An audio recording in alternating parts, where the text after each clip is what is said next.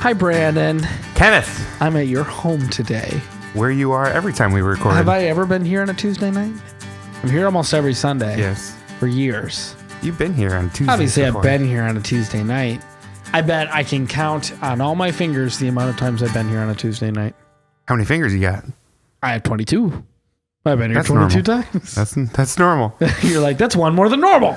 On Tuesdays? No, Like you have an normally odd not. number. No, it's actually very strange. No, normally it tends to be like sometimes a Monday, Yeah, Thursday, Friday, Saturday, Sunday are the more common days. it's very true. We already mentioned in our last episode that we will be talking about Overwatch today. Yeah, buddy. So I've been playing Overwatch since 2017. When did it come out for reference? Came out in 2016, I think, like you're a fall year in. 2016. Okay. What was interesting, you ever play Borderlands? The original? Just No. any of them. Two. I mean, you I played played them. two. Okay. The company Gearbox, they made a game. I don't remember what it's called, but they made it at the same time that Overwatch came out. I think they actually came out with it either on the same day or within a week of each other. And it is basically Overwatch.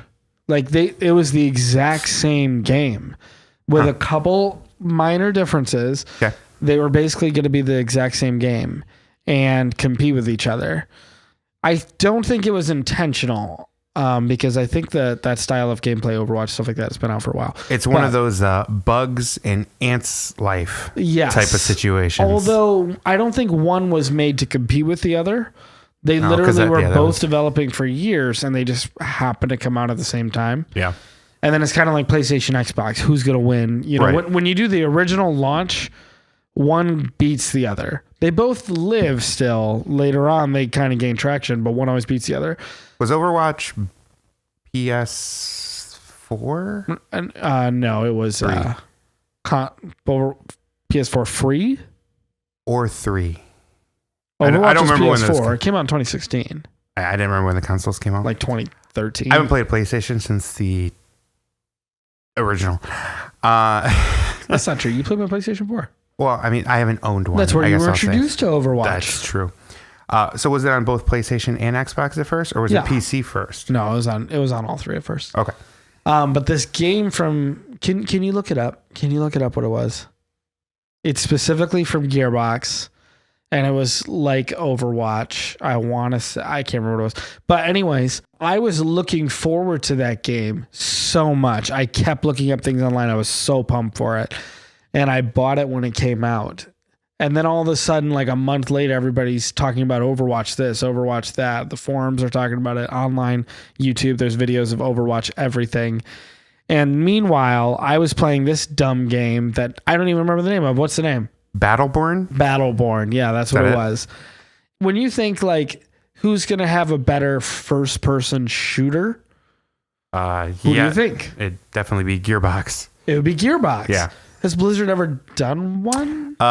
Yeah. StarCraft Ghost, I believe, was first-person shooter. Oh, well, that's funny. That doesn't count. But when you think like, League of Legends, but a first-person shooter, you'd put your money towards Gearbox. The characters look good. Like the gameplay looked good. It was. I don't think it was cell shade. I think it was normal graphics. Based on what I just looked up, it looked like that. But I got so pumped for it, and everybody was playing Overwatch. Battleborn is like free to play now. Like actually, no, I'm sorry. 8 months in, Battleborn became free to play. Like they literally just shut the door on, don't even buy it. You can pay money and we'll give you some loot boxes, stuff like that. But it's free to play. Right now it's free to play.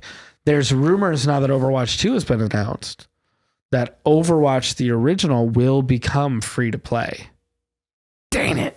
I know. Well, I know. Probably not on Switch, because Switch games, for whatever reason, stay at Switch prices. That's true. Even if on other platforms, they're much cheaper. What did I find? I like the game Knights of Pen and Paper.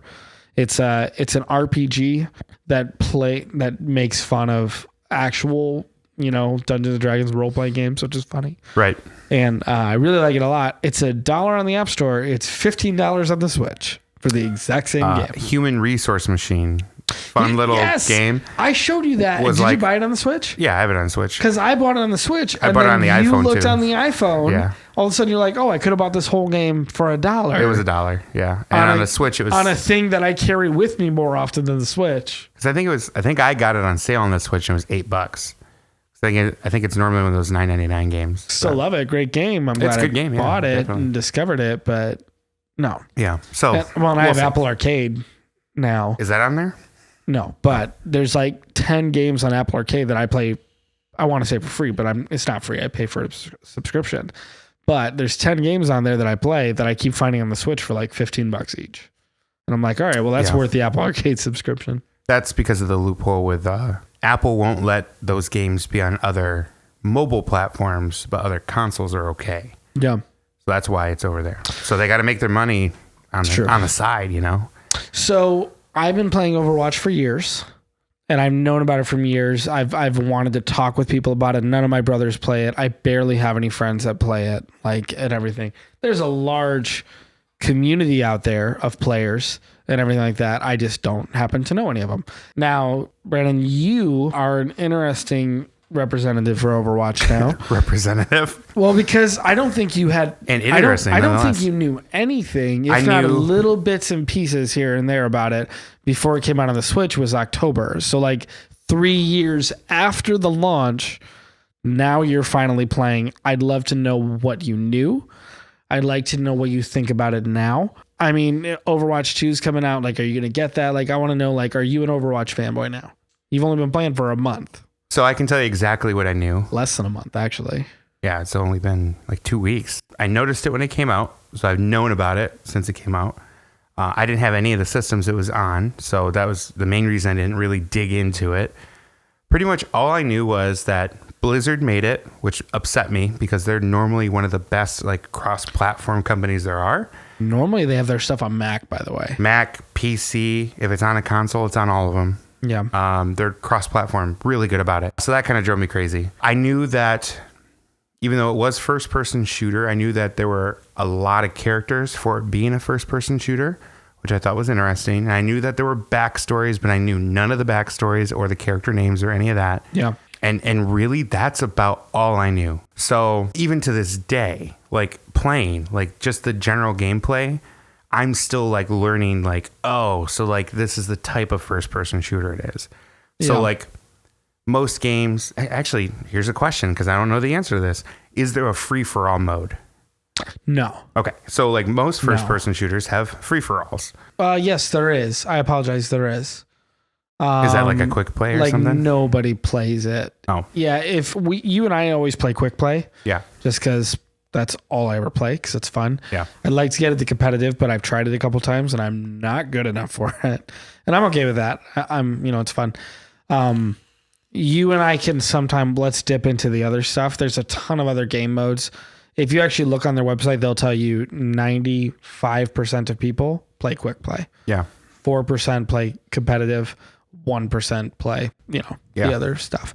Every once in a while, they'll have a fun little thing where it's like here's a holiday special one where it's like literally they built a map just for the holidays, like Santa's Workshop they did one year. Mm-hmm. And it was actually a capture the flag map, right? Which I don't think you've ever played any of the capture the flags. Those are typically one every once in a while.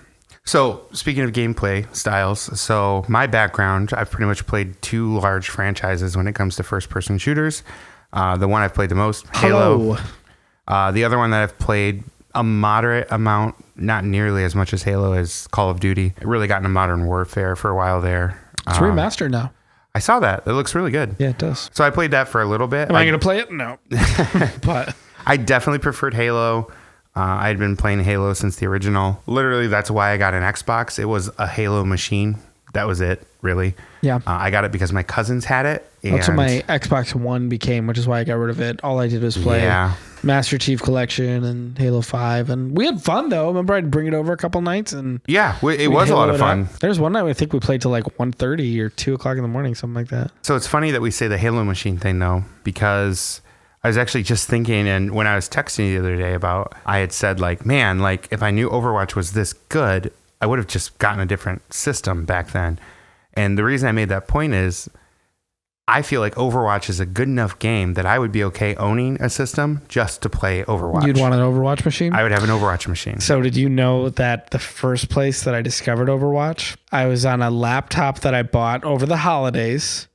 I bought it in November 2017, 2 years ago. I bought this gaming laptop because it was on sale for ThinkGeek. It was normally like $1,800. Yeah. And it was on sale for $700 for Black Friday. Yeah. So I'm like, well, this is crazy. I mean, I've been wanting one. Yes, I'm going to do this. I'm finally going to jump on the PC train. And on Steam, yeah, they'd have like sales and things like that. But I just didn't want to buy games all over again that I already paid on console because I was a console gamer at that point. And then I thought, you know what? Oh, I was watching Game Grumps. I introduced you to them. I actually showed you the video of them teaching one of the guys on there how to play. Right. Yeah, super funny. I love Game Grumps. They're a little raunchy, so if you don't like that, don't watch them. But if you're looking for like fun gameplay videos, Game Grumps are great. So anyways, I saw their Overwatch episode, so I'm like, well, I want to try this. Like, it looks really good. Like, I'm interested because I like more than actual gameplay and video games even themselves. Right. I love universes. You know what I mean when I say that? Like, I like lore. Right, And I like learning about different worlds and things like that. Question for you. Yeah. So I'm like this. I'm curious if you are.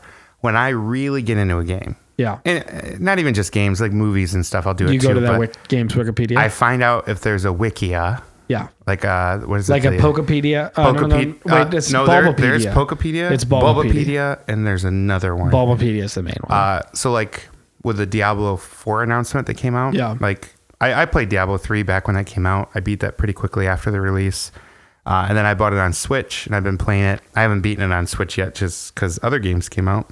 But like the Diablo franchise, like, man, I've read that wiki like in and out because I've been playing that game since the original. The only one that I've never gotten into or even started is StarCraft, which I know I would love. I know because I always related to Age of Empires is what I played when I was a kid. Really? My parents always liked it because it was like you're learning history and stuff like that. So my parents always let me have that one. Yes, kinda. But I've never played StarCraft, any of them, and they look really good. And I love the girl, Kerrigan. Yes. I love her story. Good story. Like, I could see a movie being done of that. I hate saying this, what I'm about to say. But when I say it, though, you understand it. You're going to understand exactly what I mean by it, and you're going to get it. I wish Disney would buy Blizzard. Do you know why? Yeah, I get it. I want them to keep everything. Yeah. Because Blizzard's already great. To me, Blizzard is the Disney of video games. Like, everything they pump out is great stuff. Everything they pump out is like, you have nostalgia for everything that you played from them. Just like Disney. Yeah. But the only reason why I want that, or at least a partnership between the two companies, because I would love to see Overwatch and Pixar get together. Yeah, that could be cool. Yeah. I'd also love to see there's so many ties to me between these worlds and like the Marvel universe, the Star Wars universe. I feel like Blizzard just fits in with all of that. Well, I mean, Disney's these days all about franchises and the Blizzard universe in general. And of course, just like any other I guess you could say multiverse. That's technically not what it is. Yeah. There's, people try to like say, oh, actually StarCraft and Warcraft and Overwatch and all those. Oh, they're probably all in the same exist universe in the or same. something. I can't stand that. Yeah. That's like the theory of every Pixar movie exists in the same universe. So that one I'm a little more accepting exists. of, but there's some parts of it that's a stretch. But anyway, yeah. So back to Blizzard, they kind of have that modern Disney aspect of let's build each of these like little franchises into not just standalone games, but like standalone universes where they are just expansive.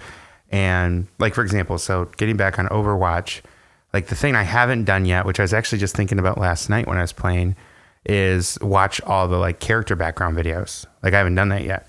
So that's one thing. I would love to do that with you. That's one thing I haven't had the chance to do. They're really well done.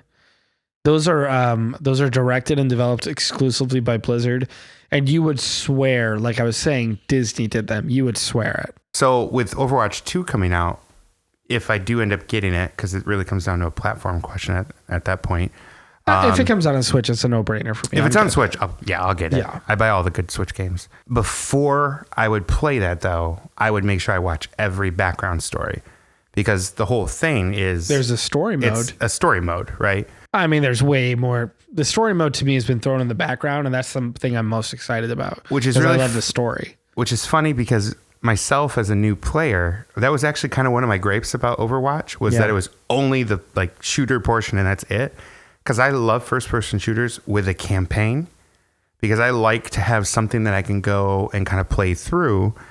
Gives me an opportunity to get better at my general skills in the game, but also be able to play by myself without worrying about like I'm dragging the team down or anything like that. Yeah. Where Overwatch, like, yeah, you got training mode, but it's not the same. So I'm kind of glad they're doing that, because that was like my biggest complaint is there's no campaign. So it's cool they're doing it. Yeah. Anyway, my point being, I definitely have to watch every one of those videos, because as someone that's new to the universe, sit down and find a compilation on YouTube. It's like an hour and a half. It's worth watching. They're really good. And then getting to the point that you were making about the whole like diving in and knowing the universe, like I haven't even touched the wiki yet, because it's like I want to get a little bit better at my skill before I try to understand like everyone's role in the world. There's a lot of interesting stuff. Even like just interesting little, I want to see that story that they haven't shown yet. For example, you know that Anna, the character Anna, has one eye. Right. She's got like an eye patch on. Yep. Do you know how she lost that eye? Nope.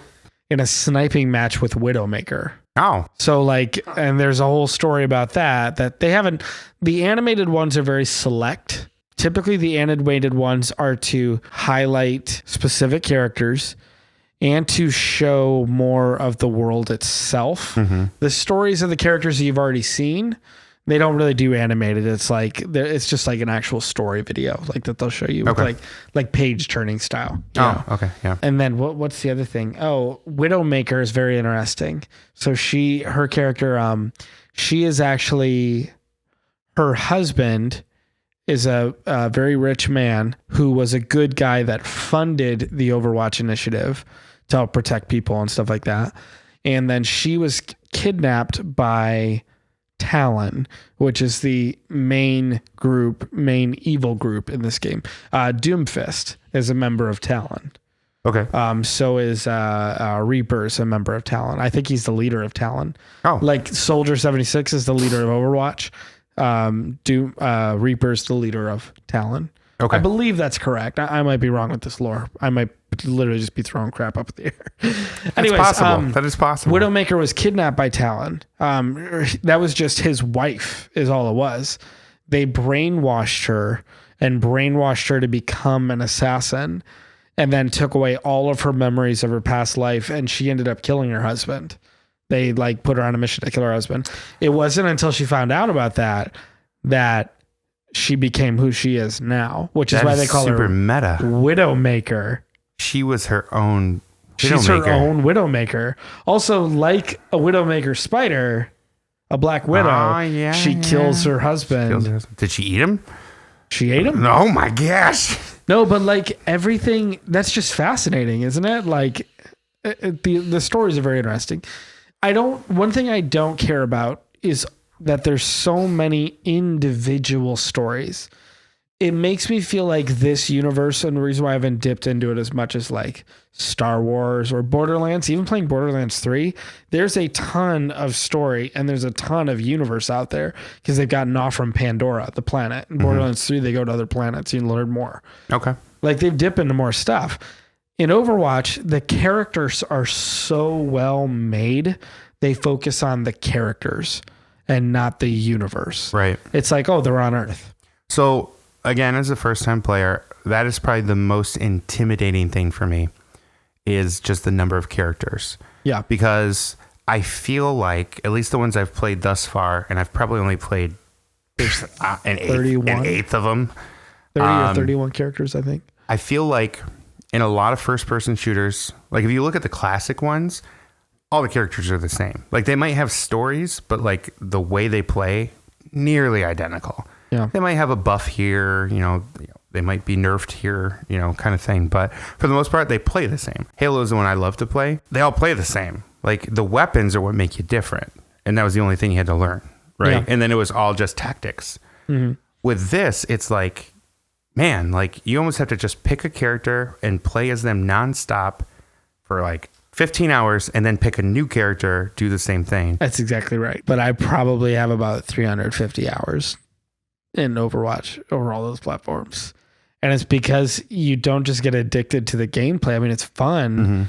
And I mean, it's sparing. If I were to count in a week, it's probably like, I mean, we're going to play tonight. We're going to jam out and have fun tonight. Right. But like in an entire week, I probably play 3 or 4 hours of Overwatch. Right. You know, and that's usually online with somebody. But you have a couple years in, and then you go through the periods where you binge, right? Where you like literally play for like 8 hours. Like a new straight. character comes out, and you're like, oh, like when Brigitte came out. Yeah. I played Brigitte for probably about 15 to 20 hours over like 3 days. Wow. Well, I had the day off on one of them, and that's what ruins it. And I wasn't dating have the Ashley. whole day off. I wasn't dating Ashley, so I have plenty of free time. I got time. It's fine. Yeah. So like for me, for the last like week, I've been playing, and for the record, I'm gonna murder all these names. So I've been playing as Alyssa. Alyssa? No, Arissa's right. An Asian saying Alyssa. I'm going to make it seem like Arissa. You're going to say the correct name. I'm going to say it's wrong. Alyssa. Alyssa. So I just started switching over to, I did a bit of Reinhardt, and like last night I was playing as Roadhog. I believe his name is Rindhurt, and it's Road Hog. Roadhog. So I was playing Roadhog last night, which is... You were playing Roadhog last night? I had you switch to him when we played together on Sunday. And the first time we played, I played as him quite a bit too. Because he's true. a really easy character to just pick up. He's very easy. Which is great. You've been playing Moira when you play healer, right? No, Have you been playing Brigitte? Yeah, Brigitte. Which...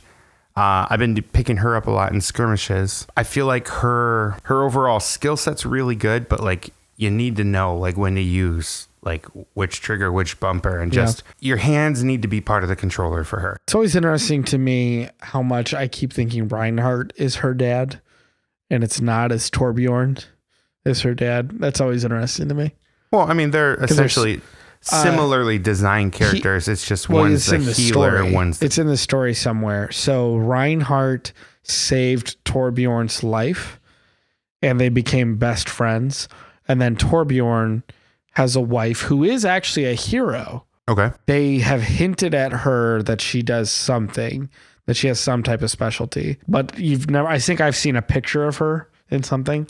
But I don't know. There's probably, out of the 30 heroes that are there, there's probably another 30 that have been hinted at and shown in videos, things like that. For example, Diva, her mech, there's actually 4 other people that are basically like Power Ranger style in China not China, but Japan. Yeah. And they admitted all this time, like Overwatch has been out, they said, they're holding off. They basically have right now at any given time, without much work, they could send out 20 people.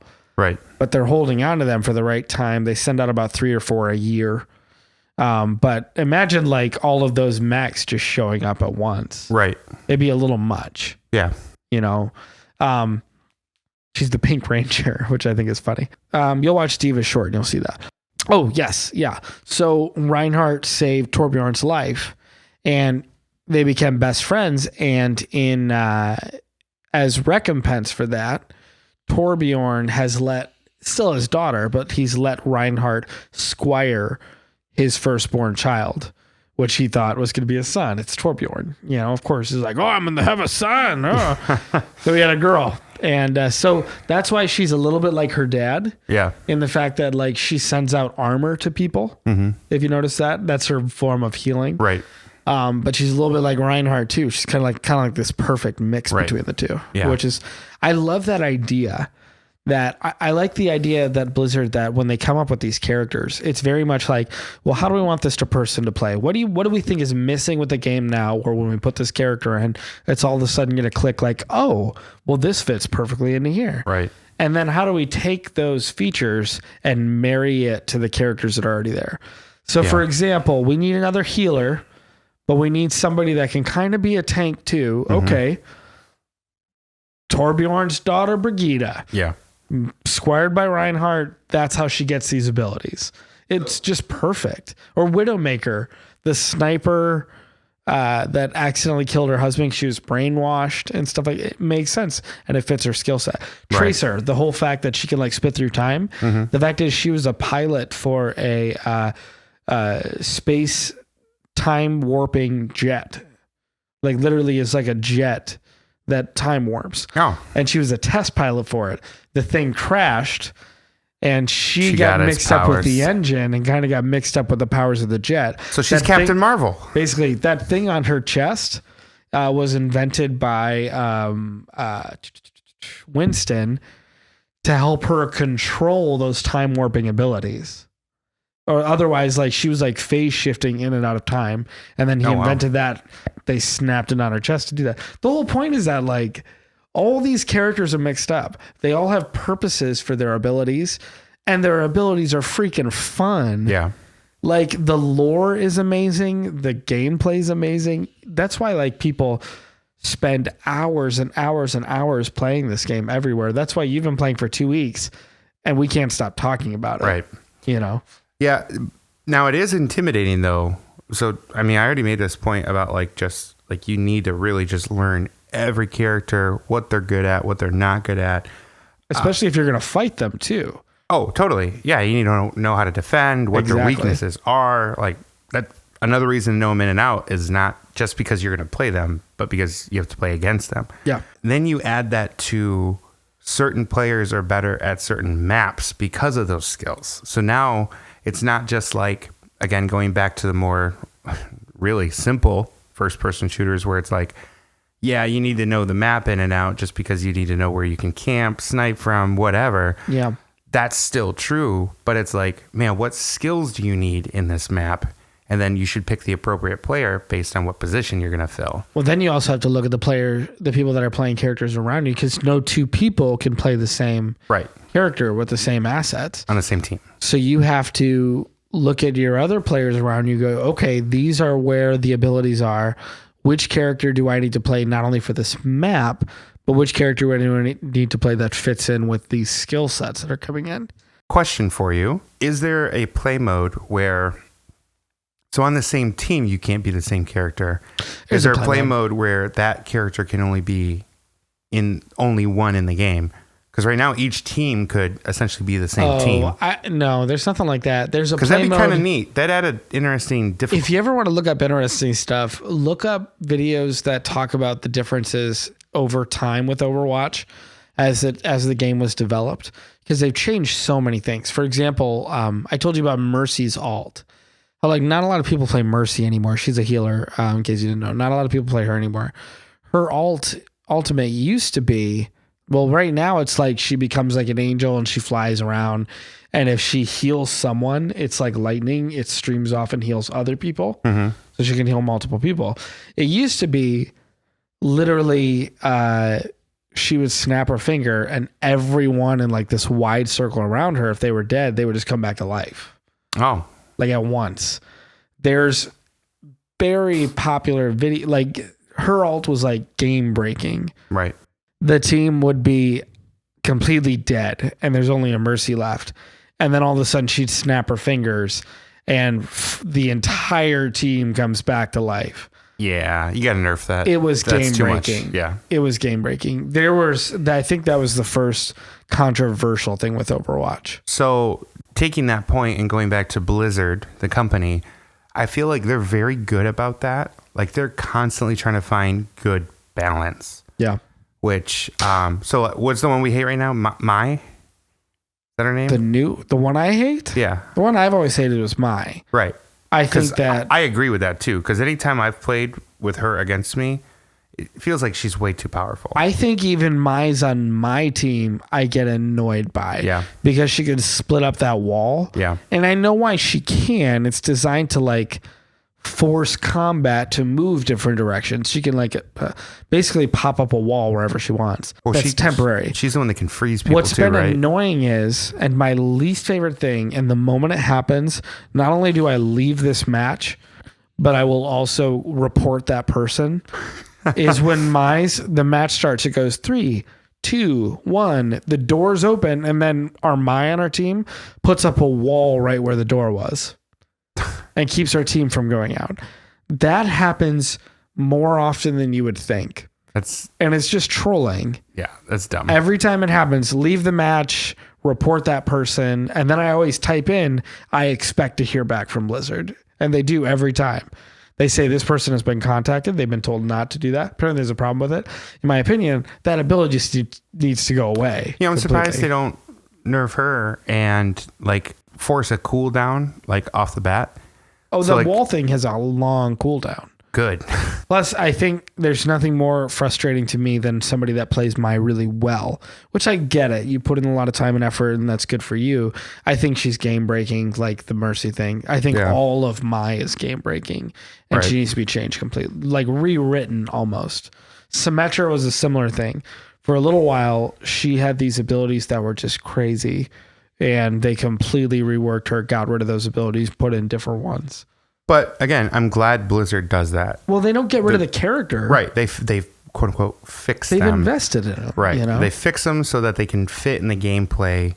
And everyone has their advantages, but everyone should have their disadvantages. And I think they're really good about that. So for example, going to one of the other universes, World of Warcraft, they just announced as part of BlizzardCon that they are... BlizzCon.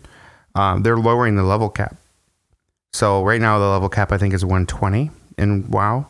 Mm-hmm. They're dropping it where everyone is going to drop down to 50. That's going to be the new level cap, and they're changing how you do leveling. That's because very low level. They said the issue is that, and I've noticed this. Like I haven't played WoW in probably 5 years. Like it's been a long time. Actually, maybe even longer. Last time I really played, I was in college, and that was 10 years ago. So old. I know. So the issue is that people just grind. Like they'll go and just do the same thing over and over and over again so they can hit those top levels. And they want to change that. They want it to be where your level is going up because you're gaining real experience and that you're contributing to the world, right? In the specific WoW environment that you're in. In a game about fetch quests. It is. I mean, it's true, right? I need 10 dead rats. For what? We're hungry. For dead rat soup. Dead rat soup. Yes, so there is some weirdness there. But like they're changing like how with the expansions and stuff, like you can move through the worlds and like you have to be certain levels to go to certain areas and something like that. And I know I'm probably making the details a little fuzzy just because I've lost a lot of interest in WoW. But that was actually always my problem with it, is that if you wanted to be a good WoW player, like, yeah, you had to have some skill and stuff, but you just had to grind.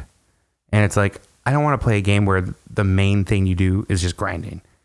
It's not fun. They recognize that and they want to make it better. And yeah, I'm sure people are going to be kind of mad about that, but it's going to make it better for more people and really for everyone. So it's good that there's a company that makes games and they're willing to make people mad at first, but knowing that, yeah, this is the right way to go. This is what we should do to make the game better for everybody. Well, I told you there were two really big differences in since Overwatch has been out. The last big difference was forcing people to choose to either play as tanks, damage, or support. Forcing people to pick. Because it's important. Before that, you could pick any character you wanted. And often people would feel like, oh man, I want to play DPS, I want to play tank, I want to do this. And all of a sudden, immediately you open up a match and then everybody clicks on their character. Ding, ding, ding, ding, ding, like all 5 of them. And they're all DPS. Yeah. And all of a sudden you're like, well, I've been trying to play as Ashe more, but fine, I guess I'll, play healer or whatever. Right. And it's like you're forced to do it. Then all of a sudden, like, you're not even happy to be playing that match. You're not enjoying yourself and everything. So they changed that where now you're forced to pick before you can even go into a match. You have to pick the type of play style you're going to do. What's great about that too is they have different load times depending on what play style you have. So for example, I've never seen the support characters load times. I've never seen them reach more than 2 minutes.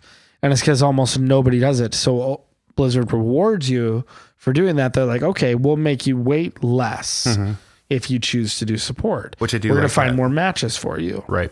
If you're going to do damage, though, you're going to wait about 6 minutes, and they tell you right off the bat. I like that a lot. That's the first change. That's been not the first change, but that's been the last one. So that's before really before you talk about the next one, I just want to make a comment on that. I really love that feature. Like at first, it was kind of interesting seeing that was the choice they made. I actually haven't played in a while, and it was when I brought my PlayStation over, and I looked at it, and I'm like, "What is this?" Because I had to update, and I wanted to introduce you to Overwatch like a month and a half ago. Oh yeah, I remember that. You made the comment, and you're like, you have to choose first. This is weird. And then I was like, I like this. This is cool. It is really good to do it that way. Yeah. Because then, one, you get paired with, I find that the teams you get paired with are pretty good then. It gives you a chance to specialize in a role. Well, and it forces a balanced team. And the balanced team is great. So for me, like I've been doing, what is it, support, tank, or whatever. Yeah. So I've been doing tank a lot because I feel like those are easier to get used to stuff because you're not necessarily right in the front line. I think support and tank are a good starter. I think specifically tank is a great start. Right. So like for me, it's great because it seems like most people don't want to play that for some reason. And there's always loot boxes. There's always quick play times. That's the other thing. If a damage dealer, if the play time is about the same as support and tank, to still get people to do support and tank, they'll give you either credits or they'll give you a free loot box. Right. Which, by the way, I'm opening way more loot boxes than I have been before playing because of that. One thing I was going to bring up then is the very first big change to Overwatch. You used to be able to pick any character you want, no matter who is playing it. So, for example, one thing people used to do a lot was go on a team and all 6 people would be Bastion. Oh, they didn't. They didn't matter who it was. Back then, though, there were only like 18 characters. I think there were either 16 or 18 characters when it first came out. Are there any game modes where they allowed that still? Because that actually could be really fun to be like all Bastion. So, for example, when a new character comes out, if you go straight to quick play, it's almost like somebody's got a hot button on it. The moment it loads, they grab it real quick so nobody else can.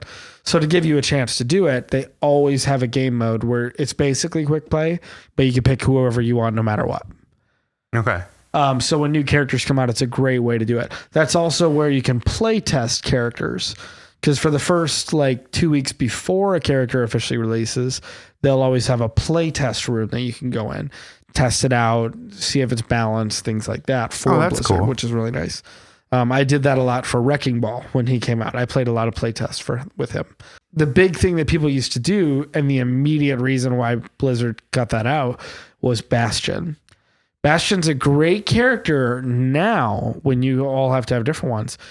When the entire team is just a turret, the defensive team is just 6 turrets that just sit there that have infinite ammo and can heal themselves. It just got to be ridiculous. You have to admit that's a great strategy. That's fun. People caught on to that. I think it was 3 months into the game coming out. They're we could all just be Bastion and win every time on defense. So it's like defend the payload and it's just a wall of turrets. That's exactly what it was. Guess we're not winning this one. That's exactly what it was. You have to admit, that's pretty awesome. It's exactly what you think it would be. That'd be a cool, what is it? I'm trying to compare it to, Halo had those. It's still a first person shooter, of course, but it had those fun modes. They were, how do you make a mini game out of a first person shooter essentially? Yeah. Right. And that's where Griffball and stuff came from. Dude, I remember playing Griffball when Chris Burton downloaded it the first time. Oh yeah. Yeah. And then all of a sudden, 2 months later, it's everybody's playing Griffball and I'm seeing it online. I'm like, what is this? So Halo did that. They had Griffball, they had swords, where you could only use swords, stuff like that, right? It's trying to make a mini game out of a first person shooter. Specifically with Halo 3, because remember they had sandbox modes. Where you create your own map and you can edit maps and do that, which is really cool. So it'd be cool to have those kind of mini game style, tournaments and stuff. So that'd be a cool one. Like the opposing team is all Bastions or whatever. So it'll be interesting to see like if they introduce like more stuff like that. And again, I haven't played everything. Anyways, we've gone long on this. This has not been a funny episode. This has just been like a nerd out we're episode. Geeky. Oh, yeah, you know what? It's good. We do that every once in a while. We alienate my mom. Whatever. Sorry, you're not gonna get to the end of this. I don't know what they're talking about. You're not gonna get to this episode at the end, anyways. Mom, love you. I don't know what we're gonna talk about next time. We'll figure that out. More likely, actually, we've what have we been discussing? We've been discussing something. I think we have to talk about something Pokemon? That just came out today. Not to date this episode when record it, but it just came out today. This is blank stare. You seriously can't think of any? Are you actually thinking? Yeah. You can't think of anything that came out today? Oh, I'm still like thinking games. I'm like, what games came out? Disney Plus. Yeah, Disney Plus. Yeah. I think we should talk about that. I think you had a couple very interesting comments that I would love to go over to with people. So maybe that's the next episode. Let's talk about Disney Plus next time. Yeah, I feel like we'll have a lot on Disney Plus, comparing it to current streaming services. I think even other streaming services. I think that's something a lot of people have that I would love for us to talk with. I have a theory, just a little preview. I have a theory that I think cable has been dead for a long time. It's proving itself more now. We talked about at one point that I would love to see like an $80 subscription from Apple that just has literally everything. Just everything, you know? I thought that's what they were going to do. With Apple TV Plus. We're dipping into that. I know. Here's the preview. Yep. Next episode. Clearly this is what we're going to talk about next. Bye. Bye. That was a podcast you chose to listen to. Do you think you make good choices? Whether you do, you heard Brandon and Candy talk about things that are cool. We're feeling enthusiastic that you can be average too. So dumb. So dumb.